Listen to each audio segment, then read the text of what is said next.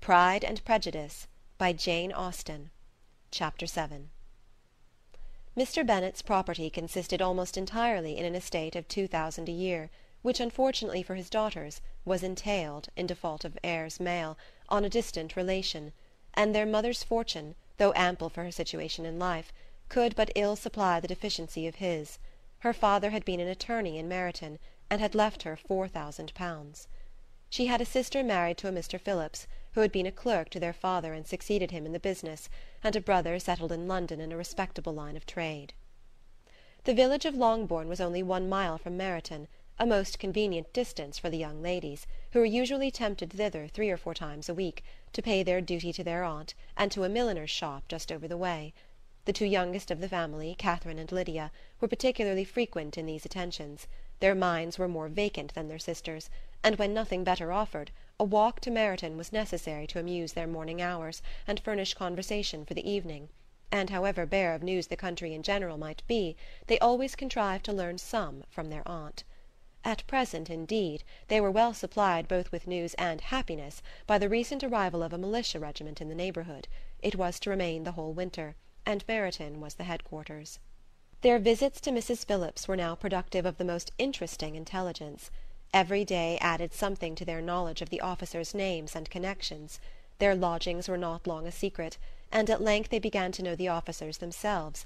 Mr. Phillips visited them all, and this opened to his nieces a store of felicity unknown before. They could talk of nothing but officers, and Mr. Bingley's large fortune, the mention of which gave animation to their mother, was worthless in their eyes when opposed to the regimentals of an ensign. After listening one morning to their effusions on this subject, Mr. Bennet coolly observed, "From all that I can collect by your manner of talking, you must be 2 of the silliest girls in the country. I have suspected it some time, but I am now convinced." Catherine was disconcerted, and made no answer, but Lydia, with perfect indifference, continued to express her admiration of Captain Carter, and her hope of seeing him in the course of the day, as he was going the next morning to London. "I am astonished, my dear," said Mrs. Bennet, "that you should be so ready to think your own children silly. If I wish to think slightingly of anybody's children, it should not be of my own, however." "If my children are silly, I must hope to be always sensible of it."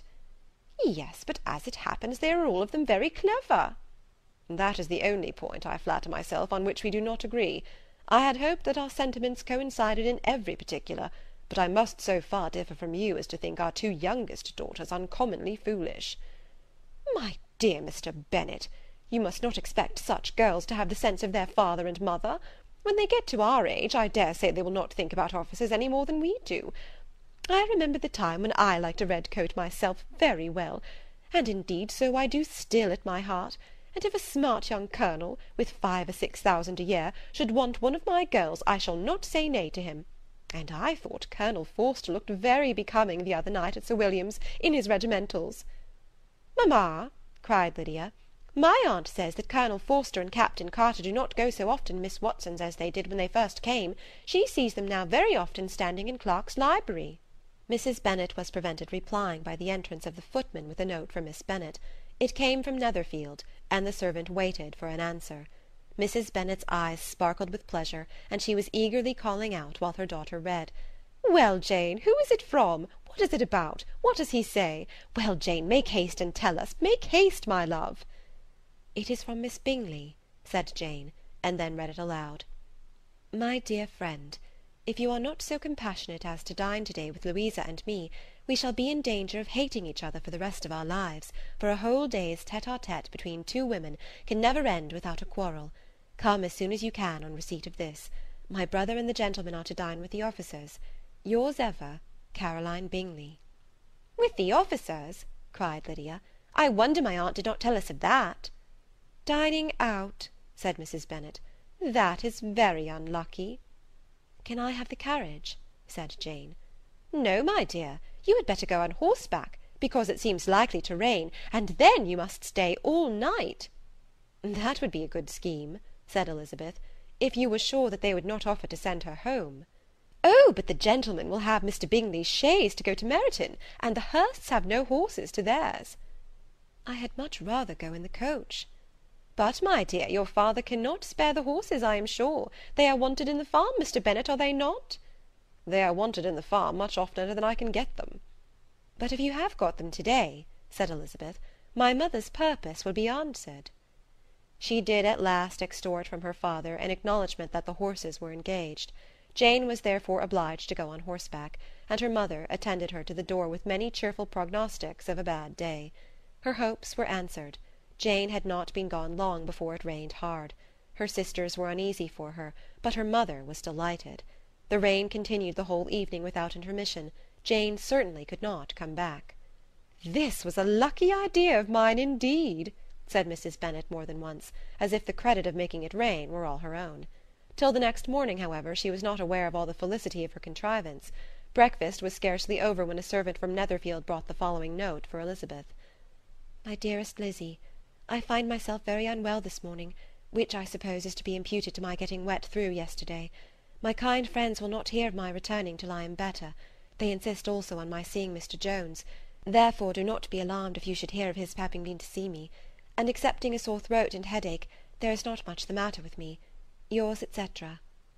"Well, my dear," said Mr. Bennet, when Elizabeth had read the note aloud, "if your daughter should have a dangerous fit of illness, if she should die, it would be a comfort to know that it was all in pursuit of Mr. Bingley, and under your orders." "Oh, I am not afraid of her dying. People do not die of little trifling colds. She will be taken good care of. As long as she stays there, it is all very well.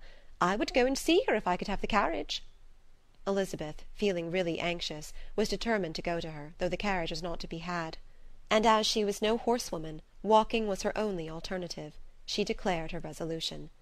"How can you be so silly," cried her mother, "as to think of such a thing in all this dirt? You will not be fit to be seen when you get there." "I shall be very fit to see Jane, which is all I want." "Is this a hint to me, Lizzie," said her father, "to send for the horses?" "No, indeed, I do not wish to avoid the walk. The distance is nothing when one has a motive, only 3 miles. I shall be back by dinner." "I admire the activity of your benevolence," observed Mary, "but every impulse of feeling should be guided by reason, and in my opinion exertion should always be in proportion to what is required." "We will go as far as Meryton with you," said Catherine and Lydia. Elizabeth accepted their company, and the 3 young ladies set off together. "If we make haste," said Lydia as they walked along, "perhaps we may see something of Captain Carter before he goes." In Meryton they parted.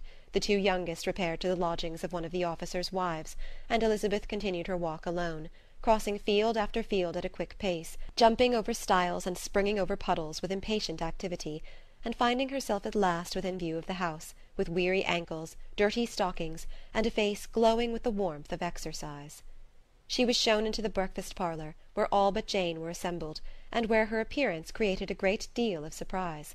That she should have walked 3 miles so early in the day, in such dirty weather, and by herself, was almost incredible to Mrs. Hurst and Miss Bingley, and Elizabeth was convinced that they held her in contempt for it. She was received, however, very politely by them, and in their brother's manners there was something better than politeness, there was good humour and kindness. Mr. Darcy said very little, and Mr. Hurst nothing at all. The former was divided between admiration of the brilliancy which exercise had given to her complexion, and doubt as to the occasion's justifying her coming so far alone. The latter was thinking only of his breakfast. Her inquiries after her sister were not very favourably answered. Miss Bennet had slept ill, and though up, was very feverish, and not well enough to leave her room. Elizabeth was glad to be taken to her immediately, and Jane, who had only been withheld by the fear of giving alarm or inconvenience from expressing in her note how much she longed for such a visit, was delighted at her entrance. She was not equal, however, to much conversation, and when Miss Bingley left them together, could attempt little besides expressions of gratitude for the extraordinary kindness she was treated with. Elizabeth silently attended her. When breakfast was over they were joined by the sisters, and Elizabeth began to like them herself when she saw how much affection and solicitude they showed for Jane. The apothecary came, and having examined his patient, said, as might be supposed, that she had caught a violent cold, and that they must endeavour to get the better of it, advised her to return to bed, and promised her some draughts. The advice was followed readily, for the feverish symptoms increased, and her head ached acutely. Elizabeth did not quit her room for a moment, nor were the other ladies often absent. The gentlemen being out, they had, in fact, nothing to do elsewhere. When the clock struck 3, Elizabeth felt that she must go, and very unwillingly said so. Miss Bingley offered her the carriage, and she only wanted a little pressing to accept it, when Jane testified such concern in parting with her that Miss Bingley was obliged to convert the offer of the chaise to an invitation to remain at Netherfield for the present. Elizabeth most thankfully consented, and a servant was dispatched to Longbourn to acquaint the family with her stay, and bring back a supply of clothes. Chapter 7